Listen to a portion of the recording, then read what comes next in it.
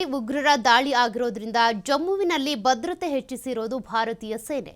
ಘಟನೆಯನ್ನ ಖಂಡಿಸಿ ಇವತ್ತು ಕಾಶ್ಮೀರ ಬಂದ್ಗೆ ಕರೆ ಕೊಡಲಾಗಿದೆ. ಕಾಶ್ಮೀರ ಪ್ರವಾಸೋದ್ಯಮ ಸಂಘಟನೆ ಸಿಸಿಐಗೆ ಜಮ್ಮು ಕಾಶ್ಮೀರ ಹೋಟೆಲ್ ಮಾಲೀಕರ ಕ್ಲಬ್, ಟ್ರಾವೆಲ್ ಸಂಘಟನೆ, ರೆಸ್ಟೋರೆಂಟ್ ಮಾಲೀಕರಿಂದ ಬಂದ್ ಮಾಡಲಾಗ್ತಾ ಇದೆ.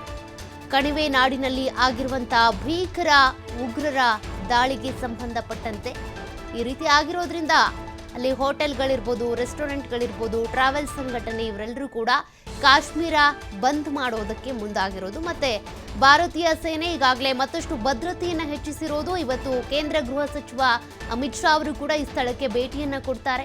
ಈಗಾಗಲೇ ಈ ರೀತಿಯಾಗಿ ಉಗ್ರರು ಹತ್ಯೆ ಮಾಡಿರೋದ್ರಿಂದ, ಇಷ್ಟೆಲ್ಲ ಭೀಕರ ಅಟ್ಯಾಕ್ ಆಗಿರೋದ್ರಿಂದ ಮತ್ತಷ್ಟು ಭದ್ರತೆ ಹೆಚ್ಚಾಗಿದೆ. ಯಾವಾಗಲೂ ಕೂಡ ಕಣಿವೆ ನಾಡಿನಲ್ಲಿ ಭದ್ರತೆ ಇದ್ದೇ ಇರುತ್ತೆ. ಅಲ್ಲಲ್ಲಿ ಗನ್ ಹಿಡಿದು ಓಡಾಡ್ತಾನೆ ಇರುತ್ತೆ ಸೇನೆ. ಹಾಗಿದ್ರೂ ಅಷ್ಟೆಲ್ಲ ಭದ್ರತೆಯ ಮಧ್ಯೆ 6-8 ಜನ ಈ ರೀತಿಯಾಗಿ ಸೈನಿಕರ ಸಮವಸ್ತ್ರ ಹಾಕ್ಕೊಂಡು ಬಂದು ಅಟ್ಯಾಕ್ ಮಾಡಿರೋದು.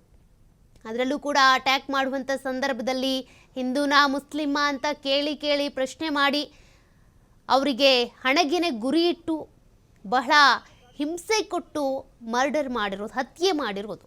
ಹಾಗಾಗಿ ಸದ್ಯಕ್ಕೆ ಈಗ ಅಲ್ಲಿ ಮತ್ತಷ್ಟು ಭದ್ರತೆಯನ್ನು ಹೆಚ್ಚಿಸಲಾಗಿದೆ. ಪುಲ್ವಾಮಾ ದಾಳಿಯ ನಂತರ ಇಲ್ಲಿ ಸಾಕಷ್ಟು ಬದಲಾವಣೆಗಳಾಗಿತ್ತು.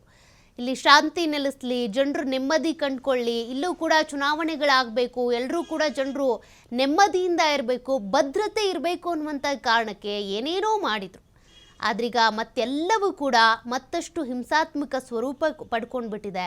ಸದ್ಯಕ್ಕೆ ಅಲ್ಲಿನ ಪರಿಸ್ಥಿತಿ ತಿಳಿಯಾಗಿಸೋದಕ್ಕೆ ಸಾಕಷ್ಟು ಸಮಯ ಬೇಕು. ಎಷ್ಟೋ ಸಮಯ ತೆಗೆದುಕೊಂಡು 2018ರ ನಂತರ ಒಂದಷ್ಟು ಏನೇನೋ ಬದಲಾವಣೆಗಳನ್ನು ತಂದರು ಜಮ್ಮು ಕಾಶ್ಮೀರದಲ್ಲಿ. ಹಾಗಿದ್ರೂ ಕೂಡ ಇಲ್ಲಿ ಆಗಿರುವಂಥ ಭೀಕರ ದಾಳಿ ಏನಿದೆ ಮತ್ತೆ ಜನರನ್ನ ಬೆಚ್ಚಿ ಬೀಳಿಸಿದೆ. ಜಮ್ಮು ಕಾಶ್ಮೀರ ಅಂತ ಬಂದ್ರೇ ಅಲ್ಲಿ ಬಹಳ ಉಗ್ರರ ಅಟ್ಯಾಕ್ಗಳಾಗುತ್ತೆ ಅಂತೇಳಿ ಜನರು ಹೆದರ್ತಾ ಇದ್ರು. ಬಟ್ ಇತ್ತೀಚೆಗೆ ಅಲ್ಲಿ ಒಂದಷ್ಟು ಶಾಂತಿ ನೆಲೆಸಿತ್ತು, ನೆಮ್ಮದಿ ಇತ್ತು, ಅಲ್ಲೂ ಕೂಡ ಭದ್ರತೆ ಇದೆ